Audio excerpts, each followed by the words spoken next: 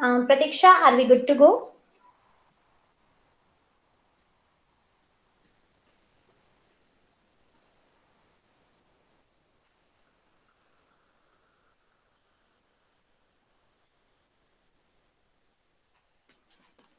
You can begin now. Okay, yes. So, good evening and welcome all. I, Dr. Komal Raichura, welcome you all on online Net GSET Mentoring Lecture Series 2021, organized by the Alumni Association, Department of English, Saurashtra University. Till now, we have already went through 32 sessions on Western literature and at the same time Western criticism. Today, we are going to shift down on the new sphere, and that is Indian. And on this, we have today with us Dr. Chirag Adatya, who is going to have his session on English in India, history, evolution, and future. As this would be the second session of Dr. Chirag, so obviously you would have known about him. Still, I would like to say a few things. Chirag has already cleared his NET and SET both. He has completed his PhD and at the same time, presently he is working with Bosnia College, Jaipur. He's quite ahead and quite, working with NET and SET aspirant students. He's guiding them and he has helped more than 100 students to, clear out these things.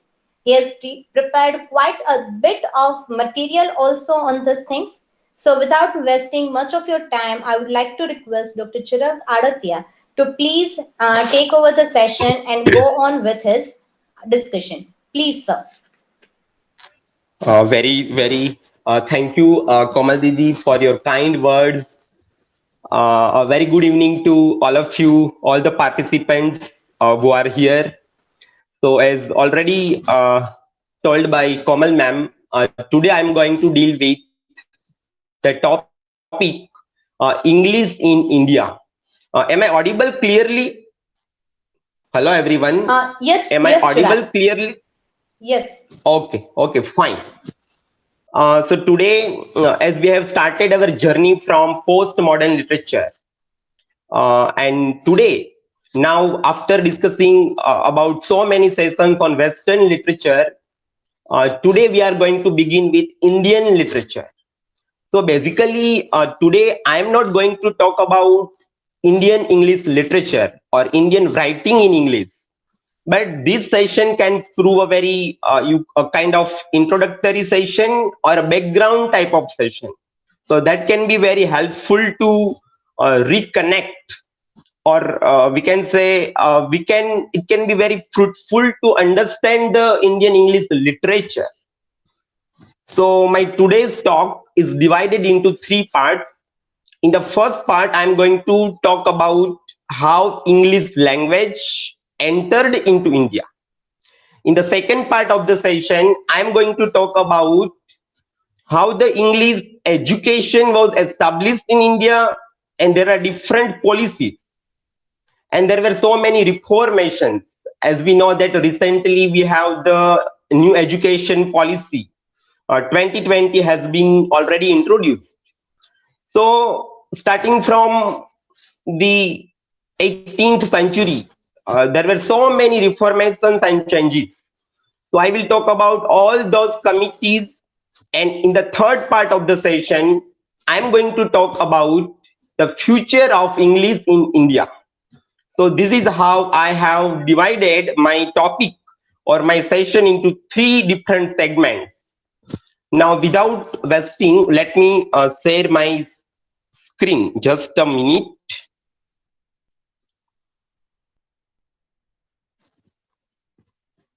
Actually, I am using my mobile device, mobile phone, not having the laptop right now. So when I'm going to present my screen, my face will not be visible to you. And I'm sorry for that. Is my screen visible to you? Hello? Yes, Chirag. Yes, it's visible. Okay. Okay, thank you so much. Okay. So the full title of my topic is English in India, history, evolution, and future.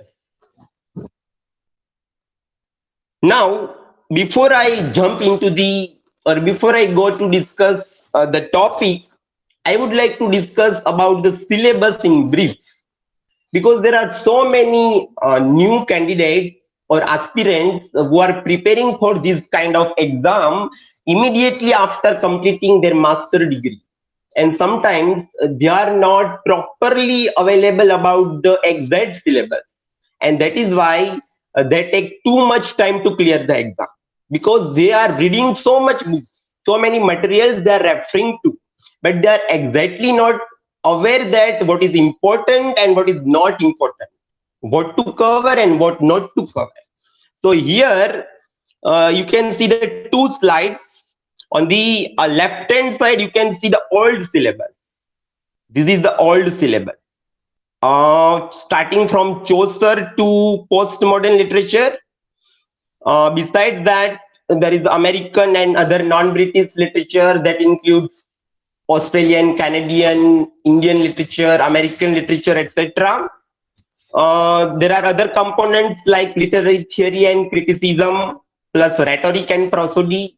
So this was the old syllabus.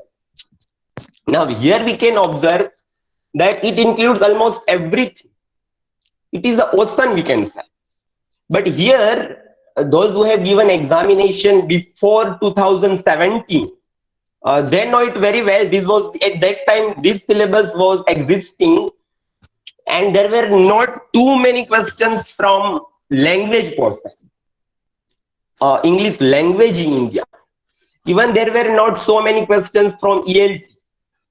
But we cannot say that it was altogether, it was not there. It was there, but it was not given too much of importance. Now let us check the new syllabus. Here you can see it is divided into 10 segments. Now these has been introduced before 2 years, and the section number 1 to 4. Now this is divided according to genres: drama, poetry, fiction, and non-fiction. Now if you can see the unit number 5 to 10, these are little bit new topics. The unit number 5 is language. The unit number 6, that is I am going to deal with today, English in India, history, evolution, and future. Then cultural studies, literary criticism, and theory after World War II. And the last topic is research methodology in English. Now earlier we had research methodology in the first paper, but this time it is also included in the second paper as well. So what we can conclude that these topics were already there, but there were hardly one or two questions have been asked about language, about research methods, but now they are separate units. So now if you have observed the papers of 2019 and 20, you will realize that there were more than 10 questions from this unit number 6 that I am going to deal with today. It means that now this topic has a greater emphasis. 10 questions means 20 marks. So it is very much important, friends. Now let us start the topic. Okay. So how is the beginning started? The English was how it was introduced into India. So first of all, we see that India is a very large country. There are many subcontinents, and even the states of India are very larger than other countries of European continent. Now here in India, English is used as a lingua franca. Now what does it mean, lingua franca? It means that English is used as a major language, because in India, in the different states, the different languages are used, like Marathi, Gujarati, Tamil, Telugu, etc. But between the states, when, for example, the people of the two states of India communicate, they use English as a communication mode of communication. Though Hindi is our national language, but we do not use Hindi, but English is used as a major language. Now, India is a country. When we communicate with the countries of other countries around the world, English is used as a language. So it means that English is a major language in all the countries. So that is why it is used as a common language for the communication, and that enables people to understand each other regardless of their background, their culture. They are from different background and cultures, but they are using the same language for the communication. Now the question can come into our mind that how or why this English has become the lingua franca. Why not other languages? So there are some reasons. First of all, English is very easy language. Their grammar and the structure wise, if we see, like our Gujarati is our mother tongue. And we realize when we learn Gujarati grammar, like Chand and Alang, very difficult. While we realize that English grammar is very easy.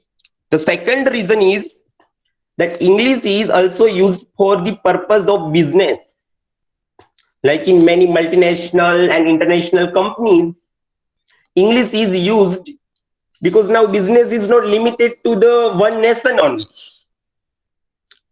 Due to the globalization, now in multinational companies, they have to communicate with the people of other countries as well. So now for the purpose of business, English is also required. And the third one is it is also widely used in academia as well. Like if we see that there are some courses like engineering, pharmacy, medical. In this field, now there are some papers the students have to write only in English. They cannot write the examination in Gujarati or in the regional languages. So that is why even there are some good reference materials and reference books are also available in English only. So these are some of the reasons. That is why English is used as a lingua franca. There is one quotation that we can see on the slide. I quote, I will have them fly to India for gold, ransack the ocean for orient pearl. Now this is the quotation taken from Dr. Faustus, a very famous play written by Christopher Marlowe during the 15th century or late 15th century.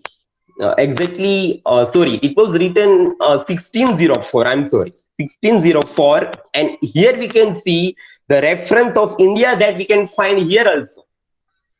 There are also the reference of India that we can find in the plays of Shakespeare as well.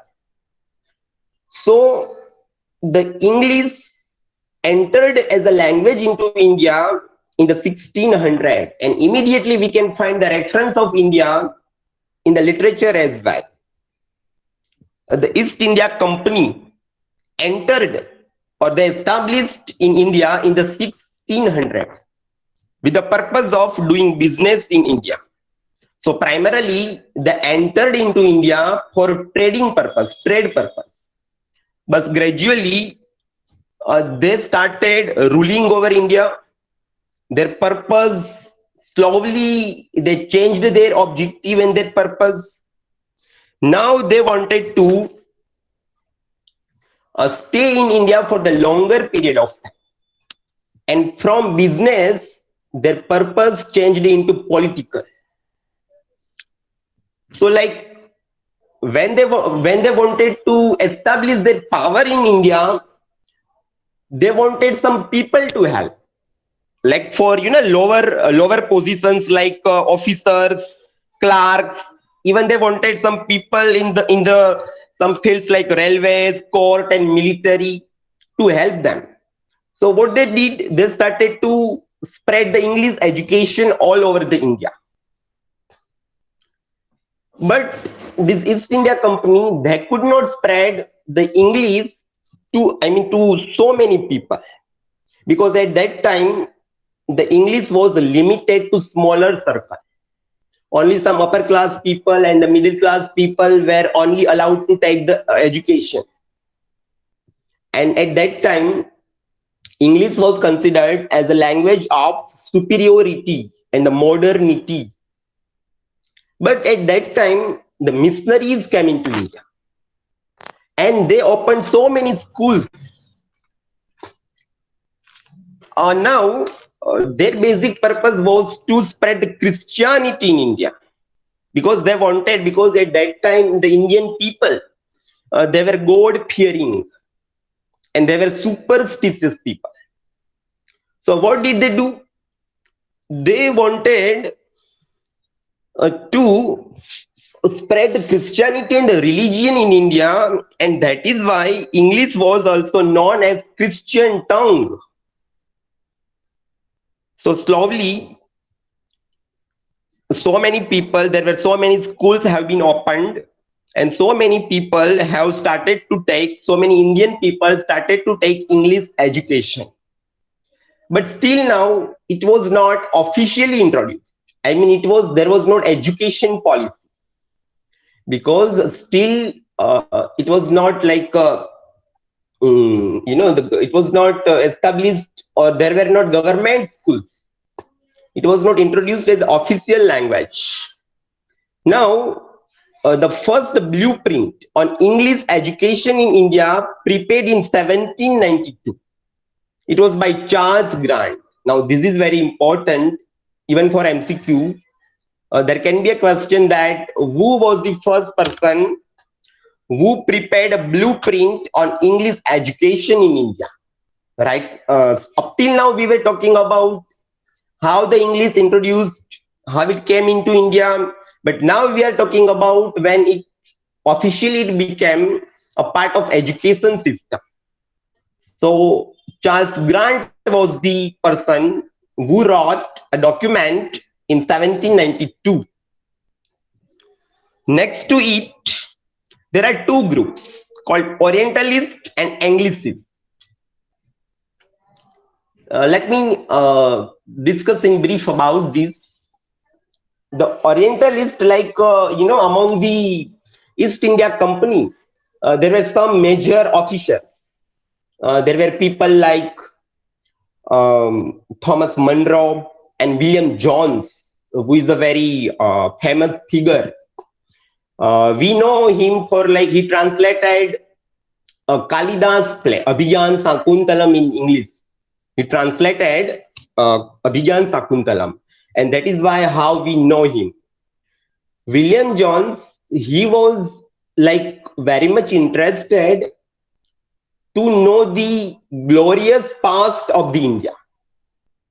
He was interested to know the culture of India. He was highly impressed. So he started reading and discovering the scriptures, our great scriptures, and later on they also translated them into English. So though they were the part of the Britishers, East India Company, they started taking interest into Indian culture. So these Orientalists, the people like Munro and Jones,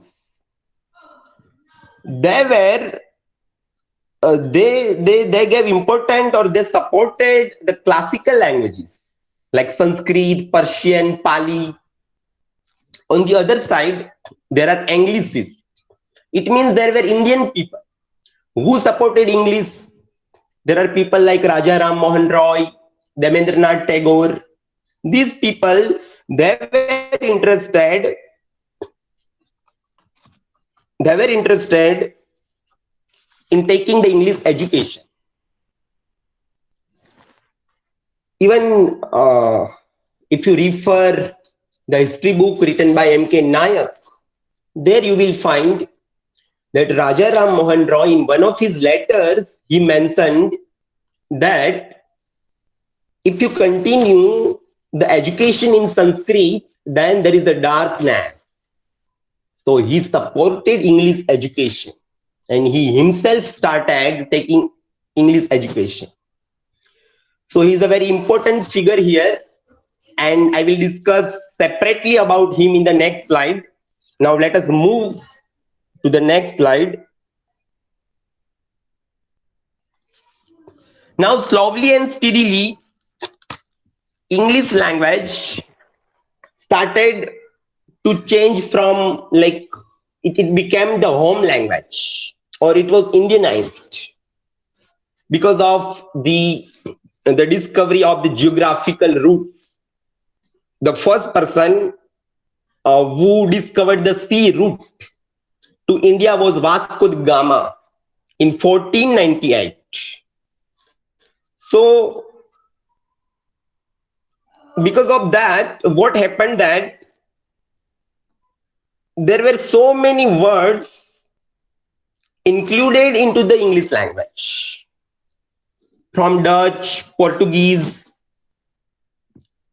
and slowly and steadily some Indian words also became the part of English. And today also there are so many words that Gujarati words that we can, we are using in English also. They have become a part of English language. Now there is one very important book.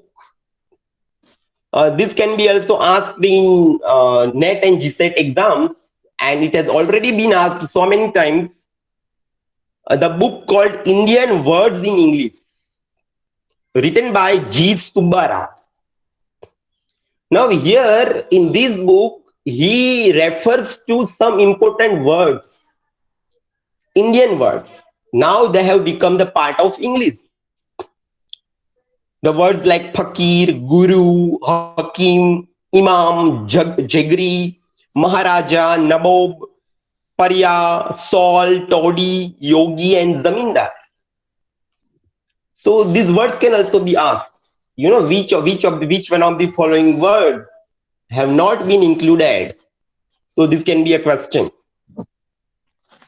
Now, the cause of English education found its ableist Indian champion in Raja Ram Mohan Roy, as I already discussed in the previous slide. He wanted English medium education in India. And he found that if we continue the education in Sanskrit, then like we are totally into the age of darkness. So he supported English and he produced so many works into English. He is the very prose writer, very important prose writer, and he was a great reformer as well. He removed the so many blind beliefs and the superstitions existing in the Indian society, and he founded the Brahmo Samaj. He removed the Sati Pratha, the burning of the widow, and he wrote an autobiography into the English. And later on, we can see, so he established a kind of tradition of writing the autobiography in English. And later on, we find there are so many great leaders like Vivekananda and like Jawaharlal Nehru. They also wrote their autobiography. And some of them wrote in English. So he is a very important figure of who is responsible to introduce English education in India. He also established Hindu College in 1817. Okay, now let us move further. Now, as English has already been introduced in education, so now it is the time to make different policies. Britishers, now they have become they have totally ruled over the India. They have become the ruling power, and by the time now the East India Company, who came for the purpose of business, now they thought to continue for more years, for more 20 years, and there is a act called Charter Act, which was passed in 1813. Now, what was the? It is also known as the East India Company Act, or it is also known as Charter Act. It was passed on 21st July 1813, and they wanted to control over India. Now, it empowered the local governments to tax people subject to the jurisdiction of the Supreme Court. It also allowed them to punish people when the people were not able to pay the tax, and the act provided a financial grant towards the revival of Indian literature and promotion of the science. So when this act was passed, there was a grant. They were giving the 1 lakh rupees to spread the English education over India. So at that time, 1 lakh rupees was too much. So they were giving the 1 lakh rupees grant. After that comes the Macaulay's Minute. This is again very, very important topic even for the exam. Every time there is 1 or 2 questions from this section, this particular Macaulay's Minute. Lord Macaulay, he came to India in 1834, and he was appointed as the president of the General Committee of Public Instruction. And in 1835, he wrote a minute on Indian education that focused on the need to impart English education to Indian natives. In this minute, what did he mention? What are the major focuses, or what are the major points that he mentioned in this minute that we are going to discuss now? This was like, he attacked on, he was opposing the Indian culture. He was not in the support of Indian culture. And he he wanted to compulsorily, he wanted to force Indians to learn English.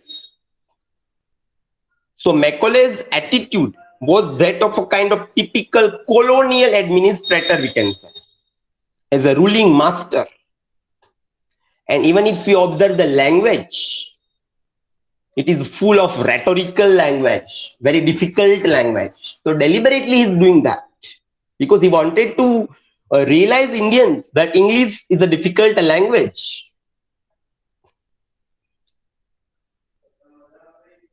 He also, all the fund allocated for the purpose of education was only and only used for English education. So that is why he was not supporting the Indian knowledge and Indian culture. So it hurt the feelings of the Indians. Indian people did not like his attitude of the Macaulay. Now what happens after these Macaulay's Minute is published in 1835? So there comes the point, the aftermath of the Minute.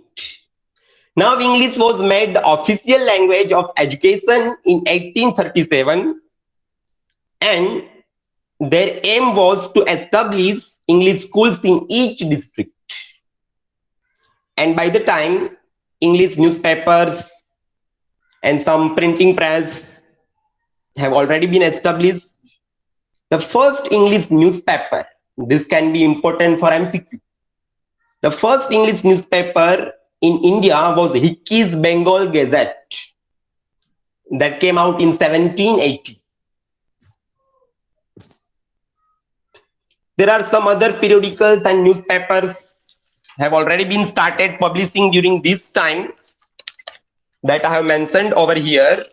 Among them, Times of India started in 1838, Calcutta Review 1844, Examiner from Bombay. It started in 1850, and Guardian, which was started in 1851. Then comes Wood's Dispatch of 1854. It was called Magna Carta of English Education in India. So this is again very, very important. It was presented by Charles Wood, and that is why it is known as Wood's Dispatch, presented to the Lord Dalhousie. And in this, his documents, which is called Wood's Dispatch, he gave some recommendations and suggestions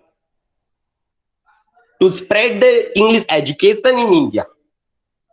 He suggested that English should be taught along with vernacular language. So what he suggested, that he did not want to replace the native language, which was suggested by Macaulay. Macaulay only emphasized on English language. He was not in the favor of native language or the regional languages. But here, for the first time, we can see Charles Wood, he did not want to replace the native languages. But at the same time, he mentioned that English should taught along with the native languages. He also given emphasis on female education for the first time. And here we find the introduction of the bodies of granting aid bodies. Wood took the control of the education. So like they were handling the institutes, but they were getting the grants from the governments. And during this time, several universities have been established, Calcutta University, Madras, during this period. So what we find here is that this is something acceptable. It was convincing to the Indian people. And even the tone of the dispatch is very different from that of Macaulay. Macaulay used a rhetorical language. As well, Charles Wood, he uses simple language. So the layman can also understand, the Indian people can understand. So I hope that the things make some sense to you and it is understood, because there are so many committees and so many recommendations. So that there can be a questions in the exams like, there are 4 to 5 statements are given and they ask that which one of the following is not a recommendation given by Charles Wood in the Wood's Dispatch. So out of 4 or 5 options, you have to select that this is wrong. This type of questions you can expect in the exam. Next to it, we have Hunter Commission in 1882.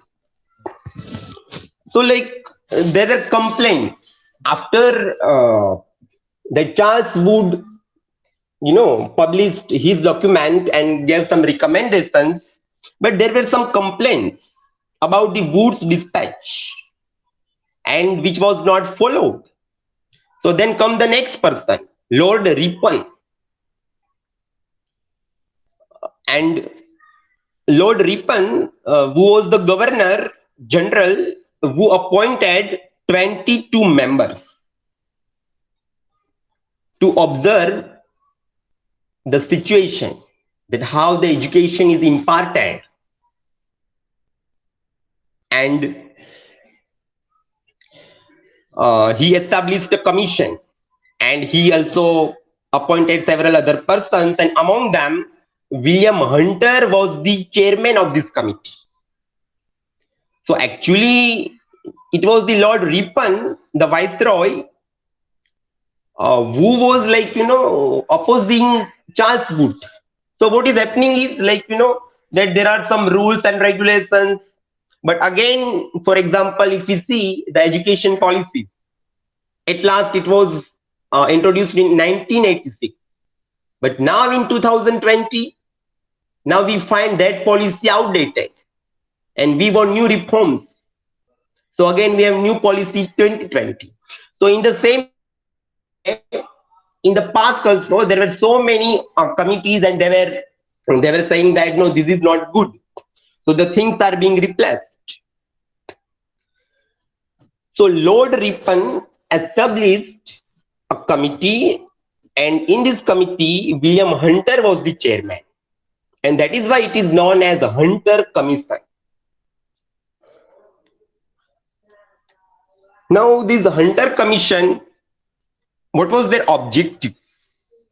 To look into the non-implementation of Woods Dispatch. So whatever suggestions have been given by Charles Wood, so they were not implemented properly. So this committee was established to do the research on it, to study, to observe that where are they lacking, why the people are not following. And its second objective was to study the contemporary status of elementary education in English provinces. So their main purpose was, we can say, to assess the status of primary education, elementary education.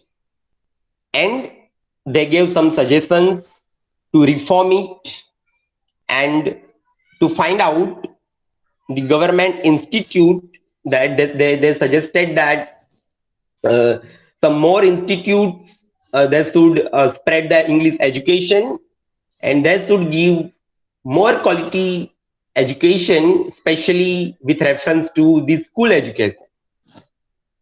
So here we have seen three different, starting from Charter Act, then we have the Macaulay's Minute, then Woods Dispatch, and then we have the Hunter Commission. Because this topic is so long, and I doubt whether, because I will not be able to cover up everything in the one hour. So what I would request Parth sir or Pratiksha ma'am that if I can get one more session, then we can extend the topic. But we have 20 more minutes, so let us discuss few more things. Now there were some more suggestions given by Hunter Commission. They said that primary education is lagging and must be handled by municipal councils and district boards supervised by the government. And secondary education is making progress in Bengal, but primary education was not that much good. It was lagging. It was lacking somewhere.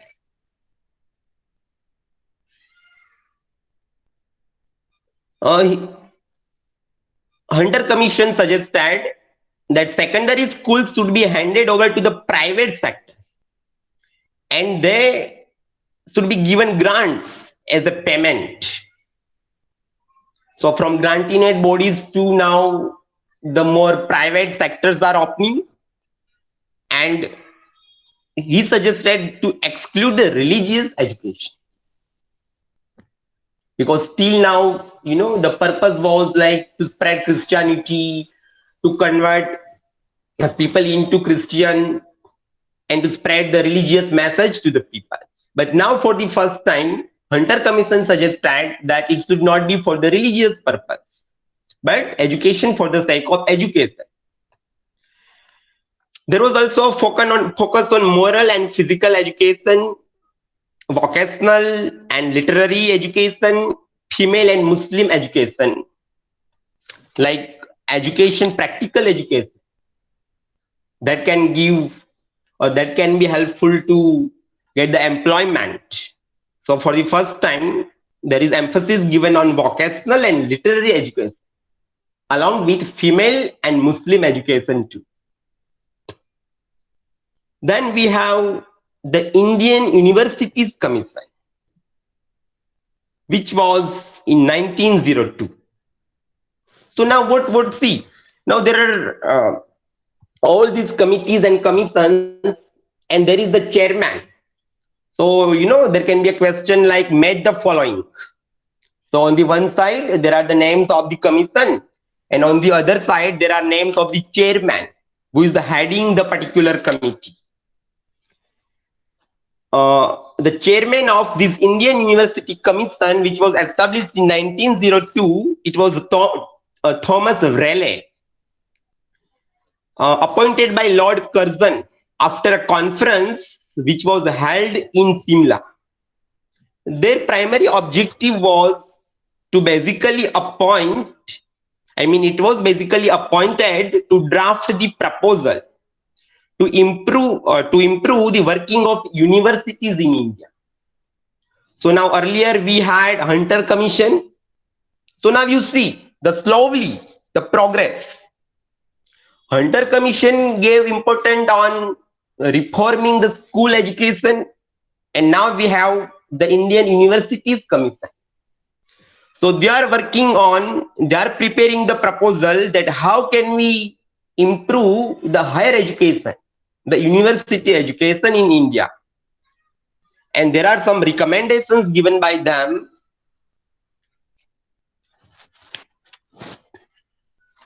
It recommended measures to raise the standard of university education.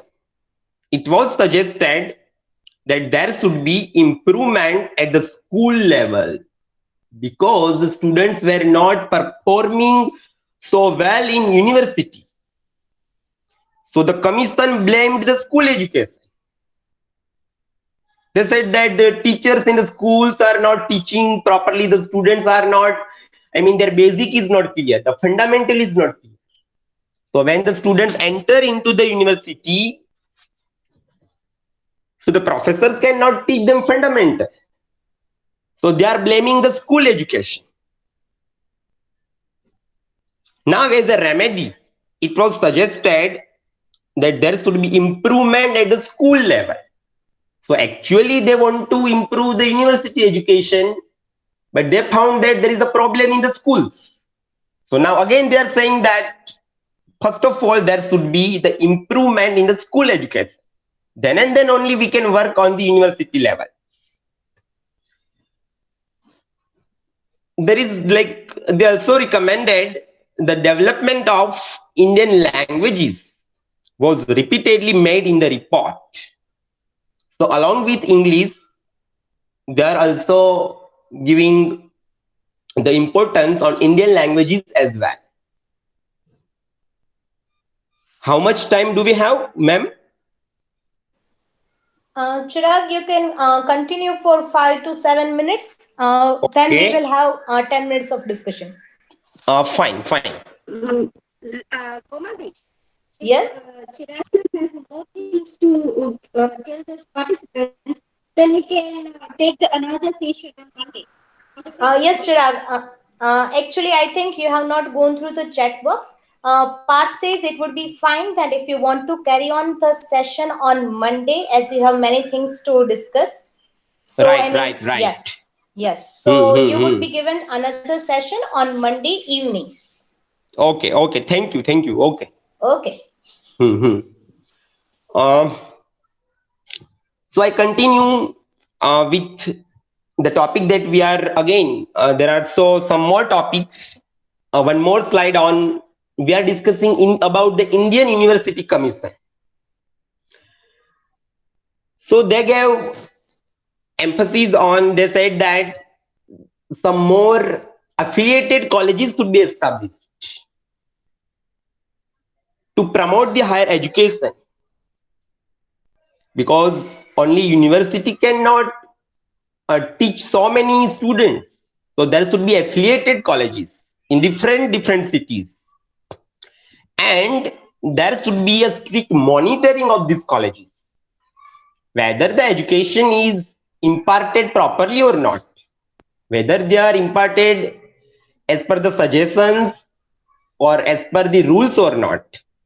And they suggested some other reforms, like the reforms in the curriculum, exam reforms, research reforms. So these reforms actually were very controversial, which was not digestible to Indian people, because what they were doing, like reforms in the name of reform, what they were doing is like they wanted to establish the rules like as per their wish. So the like Indians were not happy. Even the curriculum, so the curriculum set according to their wishes. They did not introduce the text, they did not introduce the subjects, the choice as per the choice of the Indian people.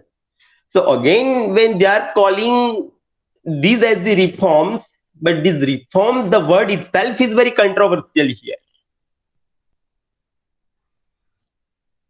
Now, after this University Education Commission is established in 1902, then there are some resolutions.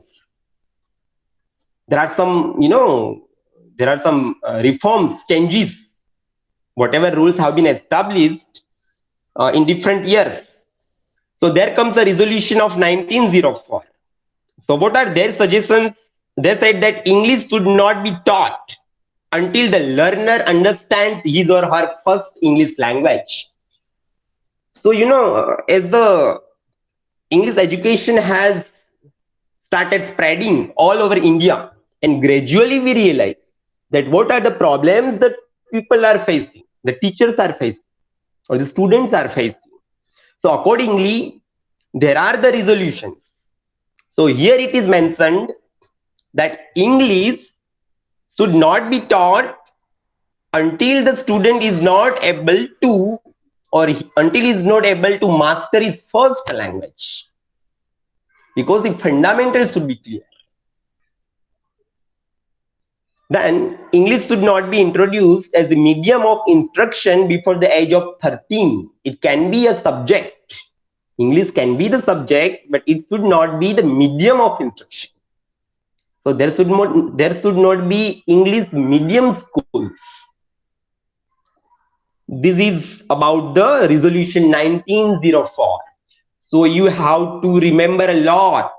There are so much of information flooding, you can see. Then comes resolution 1913. Now their main focus was on compulsory primary education, because now they realize that if education is necessary, everybody should take the education to be independent. Because Just sorry to disturb you, Chirag, but I Yes. mean, kindly keep 10 minutes for the discussion, right? So if I mean, you Okay. can conclude, I mean, we Okay. will have the session further on Monday. Okay, just 2 minutes. Let me Yes, sum yes. up now with this slide. This is the last slide. Okay. Now there is a name Gopal Krishna Gokhale. He was actually the person who insisted or who suggested that the education in India should be compulsory, primary education. And there was he was the Gopal Krishna Gokhale, he was the principal, and he was the professor of Ferguson College in Pune. He was a great educationist. So as an educationist, he made very great efforts to convince the government for introducing the compulsory primary education. And he prepared a bill, and he introduced that bill to the government in 1911. But the government was not ready to accept. So he rejected the offer. Now, after some time, because see, this is for the benefit of the larger mass, we can say.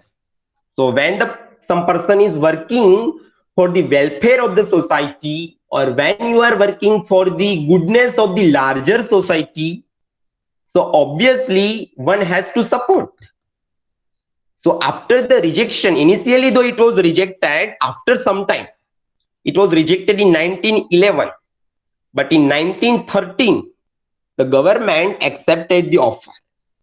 And in 1913, with the efforts of Gopal Krishna Gokhale, primary education became compulsory in India.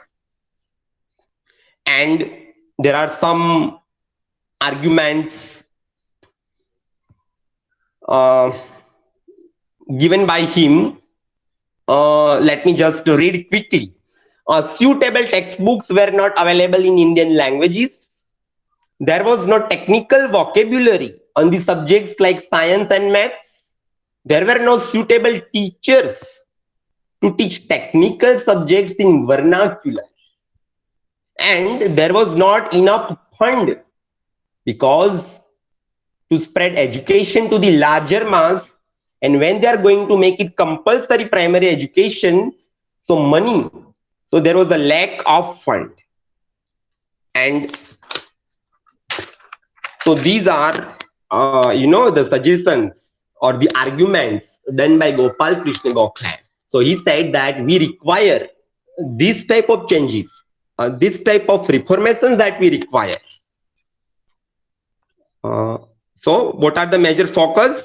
The textbooks, then technical vocabulary, and the teachers. There is a lack of teachers, good teachers who can impart the technical education. Now in the next time we are going to discuss some more committees, Calcutta University Commission, Zakir Hussain committees, and so many other committees are there. And then I am going to talk about some important books. Then there are some different varieties of English. This I am not going to discuss today. In the next lecture, and future of English in India. Okay, so now we can have some discussion, the open session. If you have any questions, we can discuss now. Thank you, Chirag. I mean, it was quite informative. And now I open the session for the discussion. If you have any queries, kindly put it in the chat box. Yes, please. If you have. It seems it's so loaded with the information. The students or the participants are still processing on the things. So yes, guys, if you have any doubts you want to add up or you have some queries, you can just put forward and we can have a healthy discussion. If you have some observations, then also like, or if you have some suggestions, information, observations.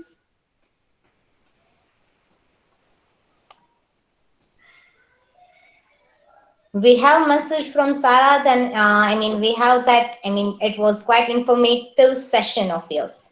Good, thank you. Now see, like this topic, this particular topic, English in India, it is not only important for the exam purpose, but like all of us are teaching somewhere. We are working as a teacher or lecturer. So as being a teacher of English, I think we should be aware, or we must be aware about all these things, how the English came into India. So that is why also this topic is very, very important. Obviously, Chirag, and all the time, maybe the most controversial discussion whether the education should be in English, English medium, or English should be just as a subject, right? This has always been quite a controversial things ever the times. A debatable issue, debatable topic, yes. Right? Yes. Chirag, we have a question like, sir, can you suggest a book to study on this topic? Yes. Now, initially, this topic was introduced recently, before 2 years. And the aspirants are, they are in search of material. That what can be the authentic books to study this topic. And I will show you the one book. Here you can see the title of this book is The Story of English in India and written by Krishna Swami and Lalita Krishna Swami. The Story of English in India. This is the cover page. Here you can see. This is very, very important book. It covers, I mean, this one book is enough. If you refer this book, almost it covers everything about this topic. And besides this book, there are some other books like M.K. Nayak, History of English Literature by M.K. Nayak, K.R.S. Iyengar. This can be also very helpful for this particular topic. Okay. Do we have any more queries, doubts, or even suggestions?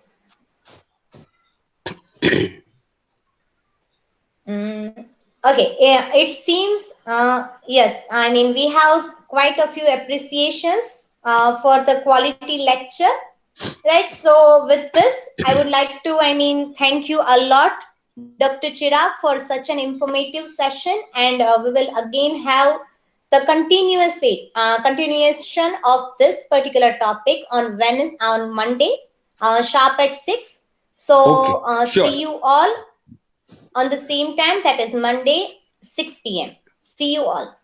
Thank you, sir, once again. Thank you, Komal Didi. Thank you, Parth Bhai.